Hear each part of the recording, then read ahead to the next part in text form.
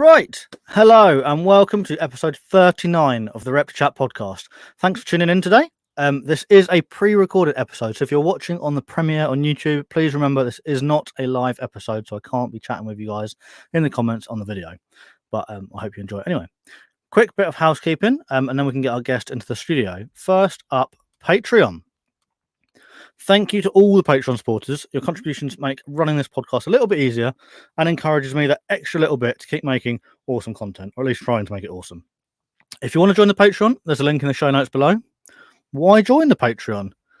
You get early access to podcasts that are pre-recorded, just like this one, and any vlogs that I make, you'll get early access to those as well. As well as that, you get access to the Reptile Squad Discord, where we are slowly building a nice little community. There are some stickers and some merch on the way too, and it starts at as little as £1 a month. So yeah, and there's even a 7-day free trial as well. So that's that. Moving on. Today's guest is someone I've been following for a good while now. She's inspired me to get a lot more creative with DIY stuff, and she's always advancing her husbandry as well. So I guess without any further ado, please welcome Victoria of PassionateSnakes.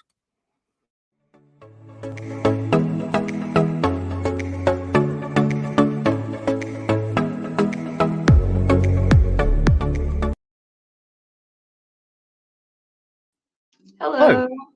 Good morning. Hello from one side of the Atlantic Ocean to the other. Good morning or good evening. Yeah, thank you very much for coming on today. How are you, first of all? I'm well. How are you? I'm very good, thank you. It's a bit weird. It's middle of the afternoon here, so I'm not used to recording this time of day, but it's quite nice. It's quite nice. I like it. Oh yeah. So if you haven't listened before, I like to start every episode with a few like this or that questions. Okay. So if you're ready, we'll get straight into the questions. Okay. So first off, cats or dogs? I have one. Snakes or cats. For that one. So, snakes or lizards? Snakes. Frogs or salamanders? Frogs. Nice. Centipedes or millipedes? Millipedes. Spiders or scorpions? Spiders. Birds or butterflies? Birds. Grasslands or woodlands? Woodlands. Nice. Beach or mountains? Mountains. Hot climate or cold climate? Oh, that's tough. I guess I'm gonna go with hot. Nice. I wish it was a bit hotter here at the moment. We've had beautiful sunshine and then we've had sleet in the same 20 minutes. Oh my gosh. Yeah. And the most important question of the entire podcast: what is your favorite biscuit? The American version of a biscuit or your version? Well, so our version, I guess. So like Kit Kat, Oreos, cookies, that sort of thing. I know it's a bit different over there. Okay. I'm gonna say like a Reese's cup. Oh yeah, nice. I like they're my wife's absolute favorite. She loves those. Yeah. There we go. Anything peanut butter and chocolate is. It's a good combination. Yes. Fantastic. So that's the get to know questions out of the way. Hopefully the listeners know a little bit more about you now. But to get a bigger picture, if you don't mind, could you give us a history lesson into who you are, where your reptile keeping sort of started, like what was your first experience, and then how has it blossomed into where you are today? Okay. When I was younger, I actually had a ball python, which I feel like is like most people's stepping stone. Definitely. I was a kid. My parents didn't really do the research they should have. And it ended up being rehomed by my mother. You know, probably a typical story of a kid with a pet snake. So I joined the military right at 18, so I actually didn't start keeping snakes until around like 20. Okay. Once like life settled down and everything, and I was sure I wasn't going to go on a deployment or something. And that's when I got my boa imperator. And then after that, I ended up taking in a rehomed carpet python. And then from there, I got my Mandarin rat snake, my Japanese rat snake, and then I just got the rhino rat snake yesterday. I'm super jealous of the rhino rat as well. I saw the Instagram. He's so stunning. Cute. He's so cute. I'm a big fan of those. So Is that I know you like I said, I know you got your new snake yesterday. Is that all of the animals you're keeping at home at the moment? Just those five? Is it five off the top of my head? Yeah, so people tend to think I have more, and I don't know if it's because of like the type of enclosures I have or like the pictures I take, but people tend to assume I have more animals than what I actually have. Yeah, to be fair, I was looking for your Instagram earlier today, and I was like, "Wow, there's loads on here." And it might, like you say, it must just be because there's such variation in the enclosures, and Yeah, obviously they're all really good pictures. Every picture you post is like a top quality picture as well, so it makes it really look like there's a huge mix. yeah. So I it's quite nice to mostly, have the five sort of that you can. Well, I suppose four. I only got five as of yesterday, but the four that you can spend a lot more time on and really get to know the animals. oh, well, I have 6 now as of yesterday. Right, sorry, yeah, six as of yesterday. Yeah, yeah, Um, so yeah, like you said, you've got some really cool stuff as well. Like the Mandarin rat snake, obviously, is in your logo as well. But that one it's not something we see them very often over here, and it's such a cool looking snake. Um, yeah. I love is there that. anything in particular that drew you? Sort of, I know you've got your, like you said, your boa and your copper python, but it's from what I can tell, your passion is more towards the fancier colubrids. So like the Yeah, Mandarin, the rhino rats. yeah. What is it that draws you to them? Um, I really like their behaviors in comparison to a boa or a carpet python. Not that my boa or carpet python are boring by any means, but I just feel like the colubrids just have like an extra bit of energy to them. Yeah, they're a lot more active than like the Yeah, heavier a body bit animals more as of well, like aren't a funkiness. Even if they're like chill, like my Mandarin is pretty chill, but he still just has a way of like fascinating they? me Yeah. in a way that like my boa and carpet python don't necessarily like do. Yeah, no, Even though I love and I know value exactly them what you and mean. they're amazing, but there's just something a little extra about Yeah, the colubrids. yeah, no, I know exactly what you mean. Like I don't keep any snakes anymore, but I've kept a lot of like python species over the years, and they are cool to look at, but they don't do a lot. Like they, whereas the colubrids that I've had, I only ever had like corn snakes, milk snakes. Yeah, They're always doing something. It's very rare that yeah, they're just sat doing absolutely nothing. So I can completely understand where you're coming from. And the ones you've got have ridiculous colours as well. I haven't got any pictures, like, but if you want to go and have a look, go and check out Victoria's Instagram. I'm sure I'll put a link in the description below. But there's some amazing pictures. Um, Something that really attracted me to your Instagram specifically is your DIY projects. Now, I think I'm in a few of the Facebook groups that you're in as well because I see you popping up very often. But Instagram specifically, we'll talk about for now because I've spoken to you quite a lot on there when you've been doing the most recent project. And some of the things you have made are just, in my opinion, absolutely outstanding. Like I absolutely love them, especially the last two PVC enclosures that you've built. thank you. Um, what made you want to start making your own stuff as opposed to like just buying off the shelf things? And what's been your favorite project to date? Um, Really it comes down to price, right? And this is definitely an expensive hobby. Yeah, So, um, like the animals themselves, especially like my recent purchases have been expensive. I mean, I'm sure there's people out there that are willing to spend more than what I have spent on just an animal, but it's they're all still relative like, though, isn't it? yeah, but they're still expensive, you Yeah, know? Um, and it's just like, I spend $800 on this snake, and now I need to spend another $500 or $600 on an enclosure. I mean, you don't necessarily have to, but the enclosures I wanted, I'm looking at that price range yeah, for like the sizes I'm wanting.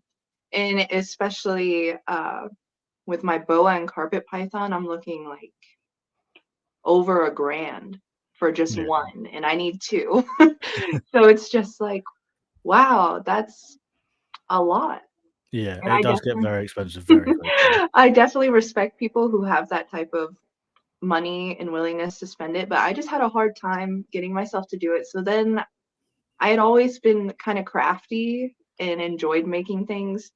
So then I was just kind of like, how much of a jump is it to make a box? You know, you Yeah, know what I I know mean? exactly what you mean. I know Yeah. exactly what you mean. So yeah, I just started with like smaller projects and then it just kept growing and growing. And now the biggest ones I did are 7 foot long by 3 feet deep by 4 feet tall. Yeah, I and made two of that's a them. big enclosure to take on. Yeah, they're massive. I mean, like in pictures, they look big, but it's different when you're in person and you're like, my arm cannot reach the back of the Yeah, thing. I didn't actually realize they were that big. Like, I was looking at the pictures earlier to like refresh my memory, and yeah, I would have said they were like looking at the pictures. They don't look 7 foot at all. So I know exactly how that's massive. Yeah, In December, I built a few vivs, and the biggest one width wise is just over 5 foot. And I look at that and I think that's pretty big. So 7 foot wide is huge. yeah, they're big. They're not 100% finished yet. My carpet python's version still has a little bit of a ways to go, but I'm getting really close. Yeah, It's just been one of those things where it's like timing, beginning of the year, there's a lot of stuff going on, so it's been a little bit more difficult to get like a lot of hours put into it, but yeah, we're getting close to the end. just slowly chipping away at it. As far as like a favorite build I've done, I really love the one I just did for my boa because of the PVC branches I made that I like Yeah. carved and painted to look like wood. I wasn't sure how those were gonna turn out because I was just completely winging it. Um, but I really, really like how those turned out. And I Funnily enough, that the PVC wood is my next question on my script because I am amazed by it. So in fact, yeah, let's move straight onto it now. So like I said, I was absolutely amazed by your ability to turn what essentially is a boring white PVC pipe into something that looks incredibly realistic. And it just look realistic to the sense that it looks like it would. Um, yeah, I'm hoping if I push the right button, I should be able to get a thing on screen. Whilst it is on screen, hopefully it is there. And there's, yeah, there we go. So I've stolen your Instagram reel. So hopefully people can see it. yeah. Um, could you talk us through the process of how you turned these PVC pipes into some incredible looking wood, basically? Yeah. So I do plan on making like a longer video eventually. It's just one of those things where when you're recording content while you're making things, it just makes the process take so much longer. So much longer. uh, and I think that's something people don't realize. Like if I don't record anything, I can finish things insanely quickly. Yeah. But once you get into like having to have a tripod, having to get angles, readjust the camera all the time, and then editing the footage of speeding everything up, cutting out things that don't necessarily need to be there. Yeah. It just makes it like 10 times longer. Yeah. But yeah, for the PVC pipes, I really wanted them to be heavily textured and realistic looking. And so I kept watching because there are some videos on YouTube already of like PVC turning it into perches for snakes. Yeah. However, they weren't carved or painted in the way that I did. Most of them, they just would like sear them with fire or something so it was burnt and it had a brown look to it, but it was just because it was burnt with like a heat gun or Yeah. a torch. It wasn't actually carved or painted in any way. And then also when you heat the PVC, you make it to where you can bend it and things like that. So what I did first was I got the bends I wanted, which is I took a heat gun until the PVC was like really hot and warm and I could bend it. And then once I got it to the angle I wanted, I basically took water and poured water over it to cool it quickly so it held that angle. Yeah. Um, and then once I did that, I have like a Dremel blade attachment for a drill, and that's like what's in the beginning. And it's basically Yeah. like a little saw blade that spins. And I would just do like long strokes over and over and over. And it was super tedious at first, but like once you do something, you kind of get like a rhythm to it. Yeah. So I was able to start doing it pretty quickly. And honestly, when it comes to like making things look naturalistic, the messier you are, the better. Yeah. I Like, completely agree. yeah, like if you overthink it and you try to make things perfect, it's not gonna look natural because nature is messy. So I was just at that point, I was just like going back and forth, like no rhyme or reason, no planning, just like absolutely carving the crap out of this. And Yeah. sometimes I would go like really deep and I would go over that same deeper groove to make it a little bigger. So yeah, just the carving, it's super messy. Do it outside, be safe. I nicked my finger once, but it's okay. um, and then after that, I just took like regular, I actually have one right here, like regular craft paint, acrylic. Yep. And I would just do like these washes, and that's just when you add water to acrylic paint to thin it. And I would start with brown, and because PVC isn't porous, it wasn't holding the paint, like it wasn't soaking it the way paper or cardboard would. Sorry. Yeah, that's right. Um, so because the paint was just sitting there, I was able to take a paper towel and I would just kind of very lightly wipe it, which would give like a faded look. So it would be darker in the cracks and crevices where the paint collected. And then from where I wiped it with the paper towel, it would be a lighter brown. Yeah. And I just kind of built up layers. And then the last thing I did was just a black wash. So like a really watery black acrylic so that all the different like carvings really stood out. And then the outside was that lighter brown.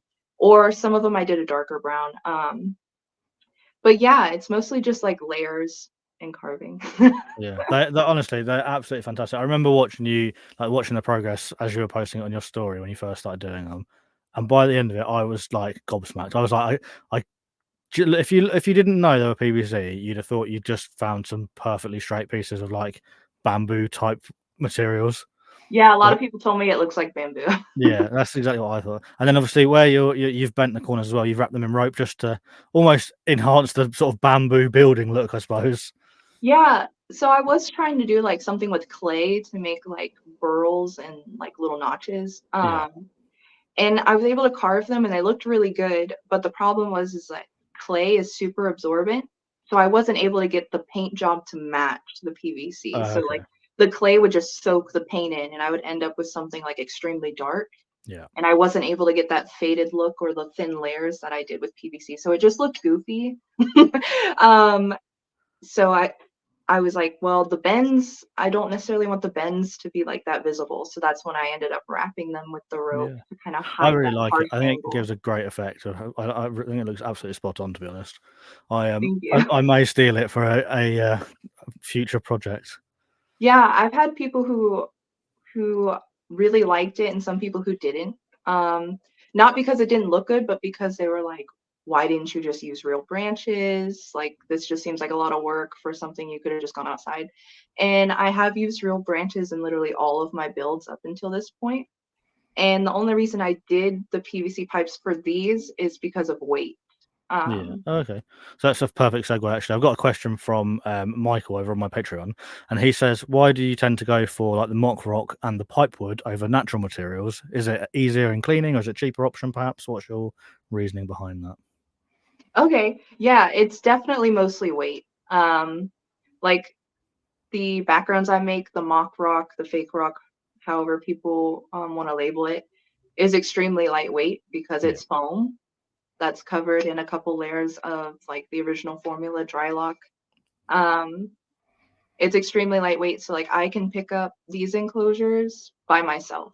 Yeah. Like, I mean, luckily I don't have to move them, but if I did, like it's I can still pick them up. And the 7-foot ones I just made, like they're not going to fit out a door, so they're going to Yeah. have to be disassembled eventually in the future.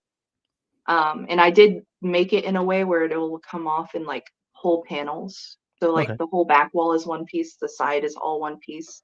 Um, but yeah, it's mostly weight. I like just a random tidbit. There was like an Animals at Home podcast with the false water cobra build. Did you happen to watch The that one? huge false The walkover bit. huge Yeah, one. I know the one. And she was talking about how her house was made for like to withstand World War I or World War II, whatever. Yeah. That's not how it is here. Okay. My house is not that sturdy. I can't have an enclosure that weighs like thousands of pounds up here without me worrying that the floor is going to collapse. Yeah. So I had to keep things lightweight, which is for like the size and the amount of enclosures I have upstairs in this room. I had to be very cautious of how much weight I was adding to like this whole wall. Yeah, that's honestly, it's something I've never thought about. Is the structural weight of the upstairs in my house, and Yeah, like I was thinking of the Force Water Cobra Animals at Home podcast, where she was saying like her floors are like slabs of concrete. I, yeah, I thought that I was like, "Oh, I wonder how much weight my floors can take."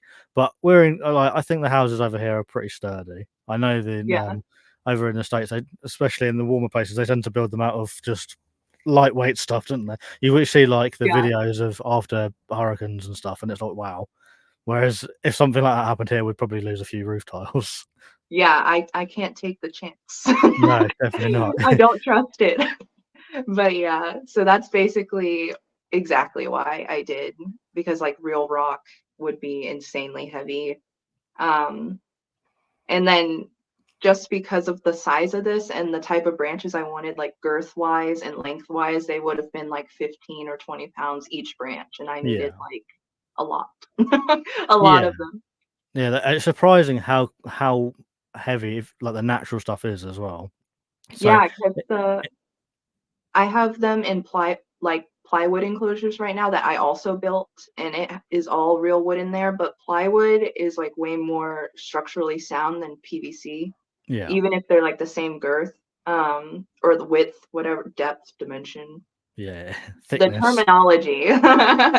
So like the real branches I have in there are insanely heavy. Yeah. It's crazy how heavy they are. Yeah. So is it, my next question, funnily enough, we're really good at the segueing into them. Is obviously the new enclosures you've built, the large ones are made of PVC. Was it solely down to the weight that made you decide to use PVC as opposed to using something like ply or melamine? Because here we don't tend to use PVC. We can get PVC enclosures, but most people tend to use a plywood or a melamine enclosure. Yeah, so weight was definitely the number one, but also because I have built plywood enclosures in the past, um, it took me like the amount of sealant I had to use to get that waterproof, and then I still ended up having a few leaks that I had to go back and fix. Right. I just didn't want to deal with that headache again. That's fair enough.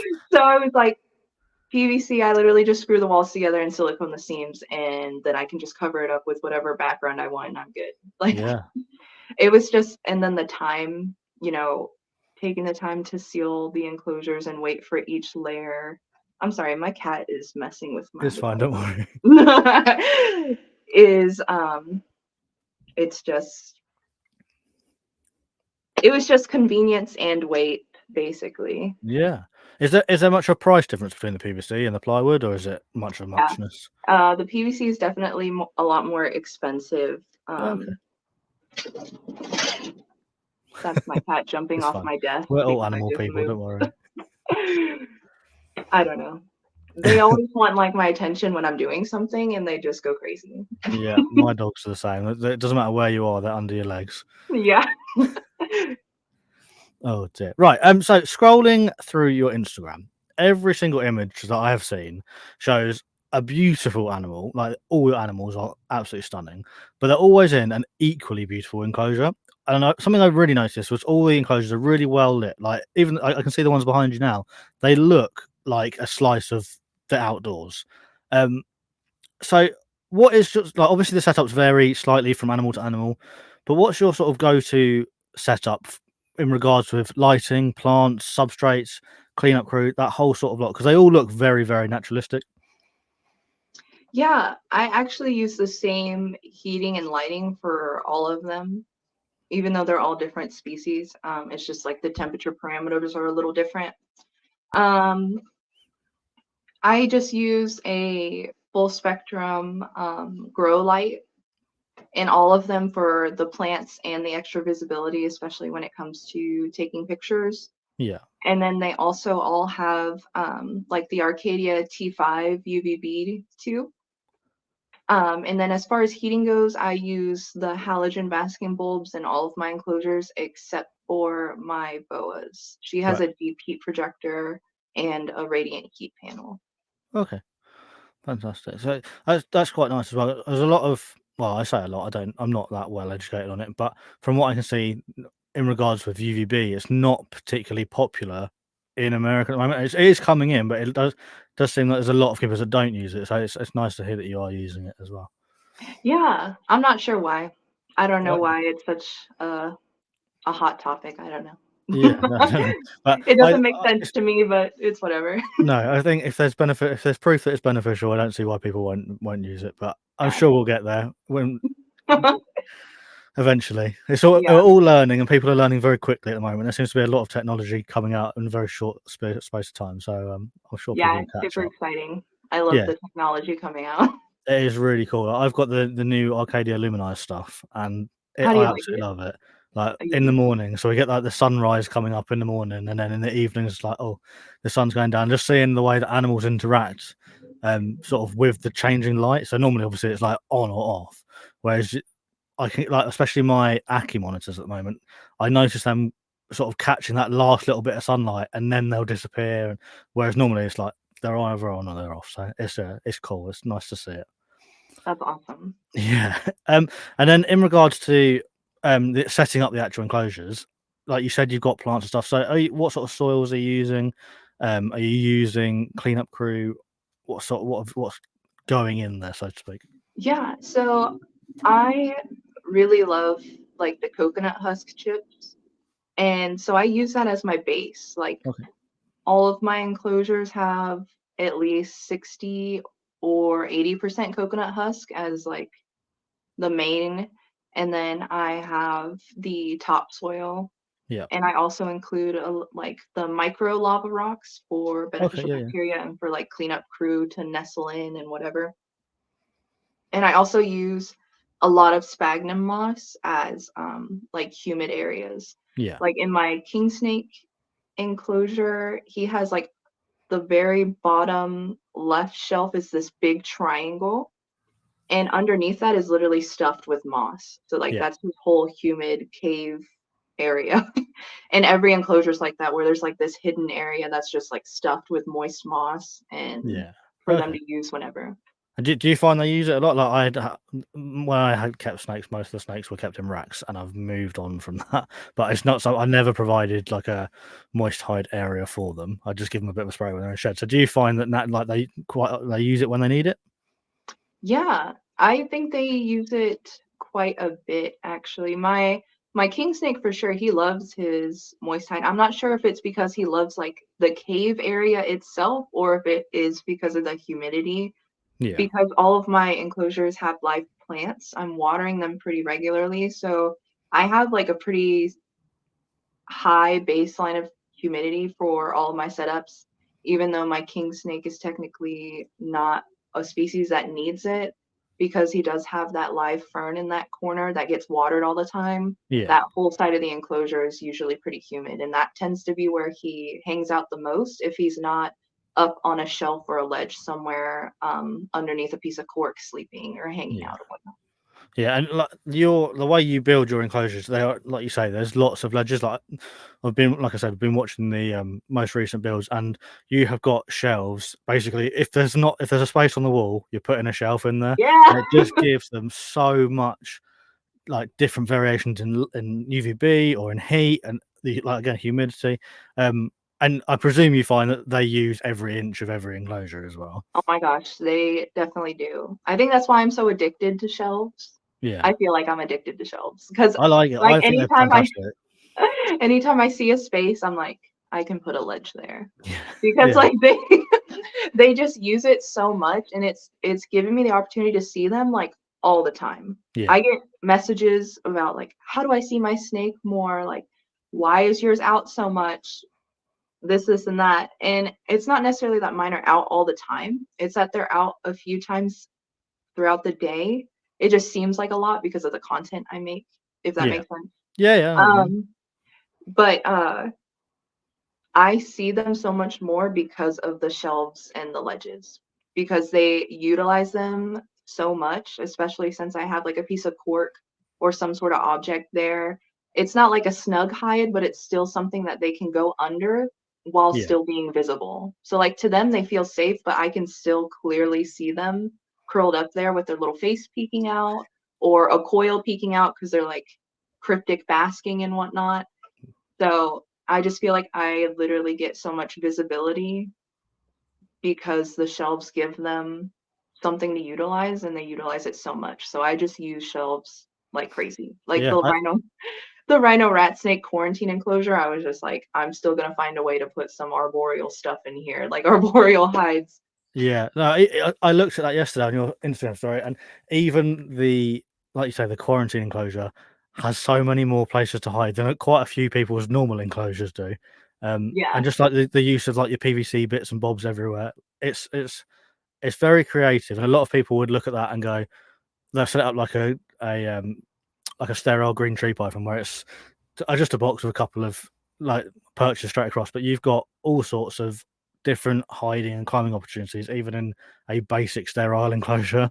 yeah, Which I think is absolutely fantastic. I think a lot of people don't utilize the space that they have. Like it's very easy to have, say, like a 3 foot by 2 foot by 2 foot enclosure that you bought off the wherever at the pet shop, put some substrate in it, a couple of caves, and maybe a branch, and it's done. Whereas you've still got 2 feet of wall and that whole backspace, yeah, which like you could, like you say, if there's space, put a shelf on it. yeah.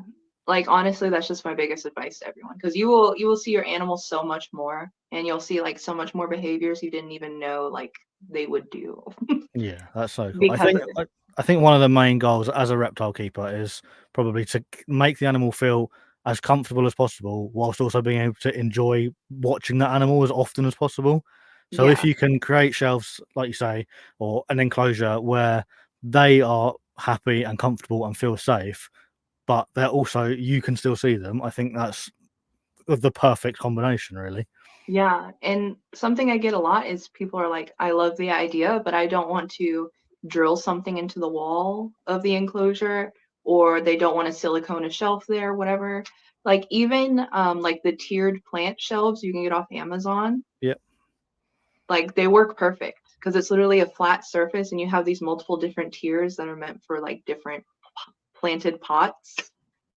It's Yeah, like that's a I really good recommend idea. that to people all the time, especially because tent enclosures are becoming or at least from in the groups I'm in, tent enclosures are being talked about a lot more. Yeah, I'm seeing a lot of grow tent enclosures recently as Yeah. well. And it's awesome the sizes people are getting, but I'm still seeing like a lot of empty space. And I feel like a tent is the perfect example of you literally can't screw anything into a wall because it's a tent. You can't Yeah. silicone anything to it because it's a tent. How do you utilize this arboreal space? And then you have branches, but again, you can't mount the branches in a way where it would be going up. Yeah. So either you have to like stack them strategically like puzzle pieces to where they won't fall in any way, or I just really think the tiered plant shelves are like a great choice because you could also prop different branches and you could have like a tiered plant shelf on one side and on the other, and you could have branches going all the way across horizontally. Like that's just what I think in my mind Yeah, when I I think think that's of a brilliant idea, and it's nice to chat to people that, like, because you are so creative, you look at things in a different way. Like, I'll walk like around the local supermarket and see, like, I don't know, a fake plant, for example, and I'll be like, oh, I could use that. Whereas quite a lot of people, if you're not particularly DIY minded, you'll go, oh, it's not in the reptile shop, I can't use it. So Yeah, like recommending things like that, like a plant shelf or making a PVC pipe branches. There's so many options out there. People just need to sort of be a little bit brave and a little bit more adventurous with what they're putting in the enclosures. yeah, for sure. I just think people really worry about like what they're adding in, chemical wise, plastic wise, soil wise. Like I get all my plants from a hardware store. And I Yeah, know there's same. some people who specifically will only buy plants from like BioDude or Josh's Frogs because it's reptile centered. But Yeah, you can still use plants from a hardware store or grocery store. You just have to take the extra step of rinsing it and changing out the soil in case it has um, unnecessary fertilizers or some sort of pesticide on it. But yeah. like you save loads of money that way. No, and you can get like definitely. a huge mature plant at a grocery store or a hardware store. Whereas when you buy from like these other websites, they're usually like small plants, you know? Yeah. No, So definitely. I've bought some huge, like monsteras. We have a lot of monsteras in all the supermarkets over here for some reason, and you can buy like one that is, I don't know, 2-3 foot tall for Yeah. for like £10, and you go and buy a reptile specific one, and they'll charge you 25 quid, and it's got one leaf. Yeah, one leaf. Yeah. Yeah, it's pretty crazy. So yeah, people just need to get a bit more adventurous, I think. But yeah, the stuff you've made is just absolutely incredible. I regularly look at your enclosures. I'm scrolling through your Instagram. I'm like, wow, oh, I could use that. Oh, I like that idea. Like, but I think I need to introduce more shelves into my enclosures. I don't think there's enough shelves now. I highly recommend. So I'm sure we could sit here and chat for ages, but we are slowly running out of time. Okay. I'm not going to start wrapping up yet, but was there any particular topics that you wanted to touch on before I sort of start to wrap up? Because I know you're very active on social media. There may or may not be some topics you want to touch on. I don't know. Oh, oh, that's tough. Oh my gosh, there's like so many things. There are a lot of things all the time.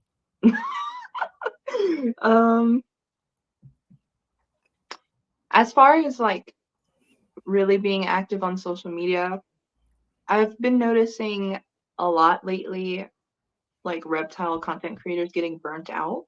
Yeah. And just leaving.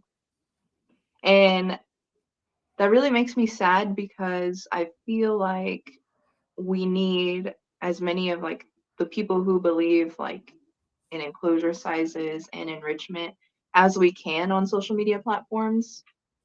So it really bums me out when people get frustrated and just leave the platforms in general. And I think the problem that's happening is people like take on too much too soon.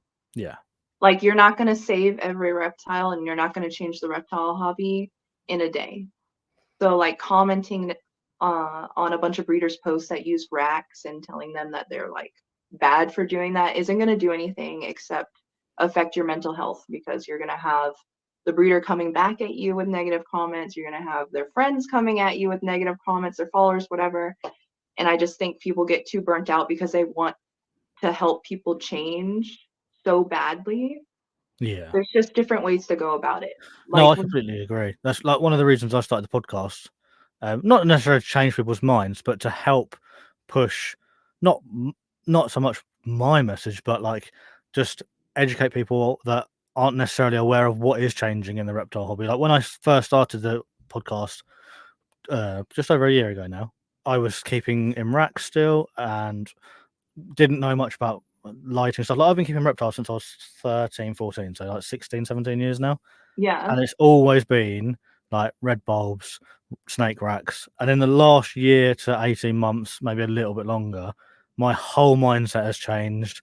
Like the things like the lighting, especially, like I didn't know there was so much to do with lighting. I had no idea, which is why I bring it that's up so often on the amazing. podcast. Because even if one person listens to the episode and goes, "Oh, I didn't know that I could use an LED light and it would be beneficial," then it's helped an animal. And if I help one person, they might tell one person, and the same. And I'm sure that's another reason that you post the topics you do on your Instagram is just to share, but not by telling people they're doing something wrong. If you know what I mean? Exactly. It's like leading by example is Yeah, the best way definitely. I can think of it. Because if you inspire people, they're going to reach out to you Yeah, and they'll ask you questions or they'll comment, or you just get their mind turning and they're like, maybe I could do things a little different. Even if it's, because I actually have a lot of rack keepers who follow me.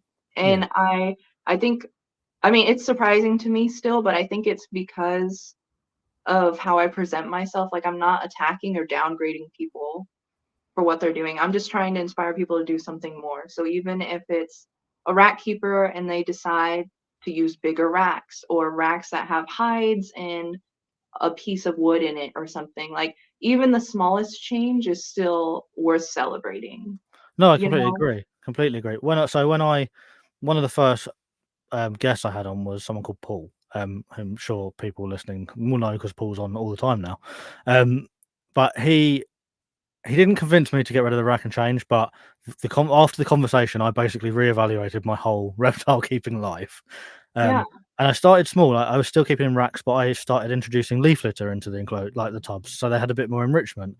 It yeah, all snowballed quite quickly, and now I keep monitors and the snakes have gone, and the monitors are in massive enclosures. But Yeah.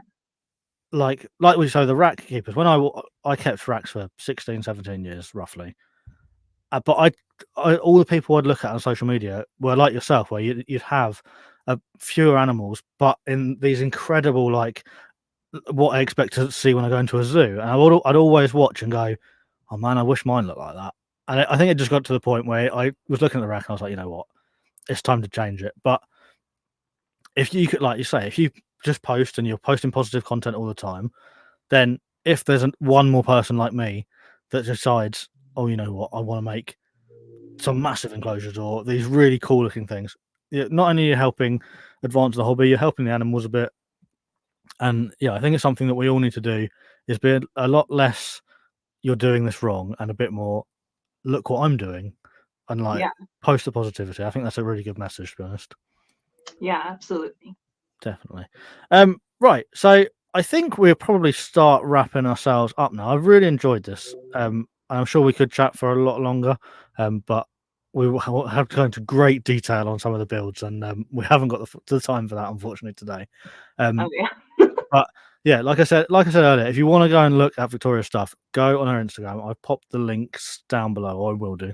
They'll be there when you go to look for them. And go and say hi from me, because everything on your, especially your Instagram, like every picture, every animal, every enclosure, it's just like 10 out of 10 every single time. Thank you so much. You're very welcome. The final question for the podcast today. This is a question that I ask every guest at the end. This is how we finish the podcast. So, if you could give your 10-year-old self a piece of advice, what would that advice be?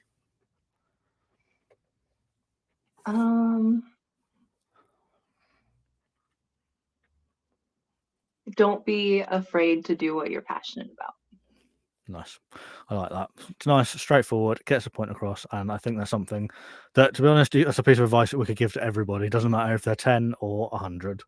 Yes. Yeah. I still have to remind myself to just do it and not be afraid. Definitely. And if it doesn't work out, then just try again. Yeah, exactly. That's really good. So finally, where can people find you? Instagram is basically my number one. I'm on there all the time. I am also active in like certain Facebook groups, so you might see me pop up in there. But Instagram is basically my number one. I do have a YouTube channel, but I don't upload to it frequently. But that will be changing soon. There we go. So, like I said, if anyone wants to know more about Victoria or see some of the incredible animals, the DIY builds, or just get to know her a little bit better, the link is in the show notes below. It's only a link to Instagram, but I'm sure from Instagram you can find the YouTube channel if needs be. And if you're on Facebook, I'm sure you'll see it popping up in a few groups, as I do regularly. Victoria, it's been lovely to chat to you. I am going to just say goodbye to you now, but please don't go anywhere. I'll just finish off, catch up with you in the wings after the podcast, all right? But yeah, thank you very much. Thank you. Well, there we go. Hopefully you guys enjoyed that as much as I did. Hopefully some food for thought as well. And yeah, like I said, there's so much cool DIY stuff over on Victoria's page, so go and check it out. If you want to keep up to date with what's going on, please check out the Instagram or Facebook. Just search ReptiChat and I'm sure I will pop up. As I mentioned at the top of the show, there is a Patreon available. It opens you up to a private Discord where you'll get early access to extra content and pre-recorded episodes. It starts as little as £1 a month and has even a 7-day free trial. So that's that. I've been your host, Ben McIntyre, and this has been the ReptiChat podcast. I will see you in a fortnight.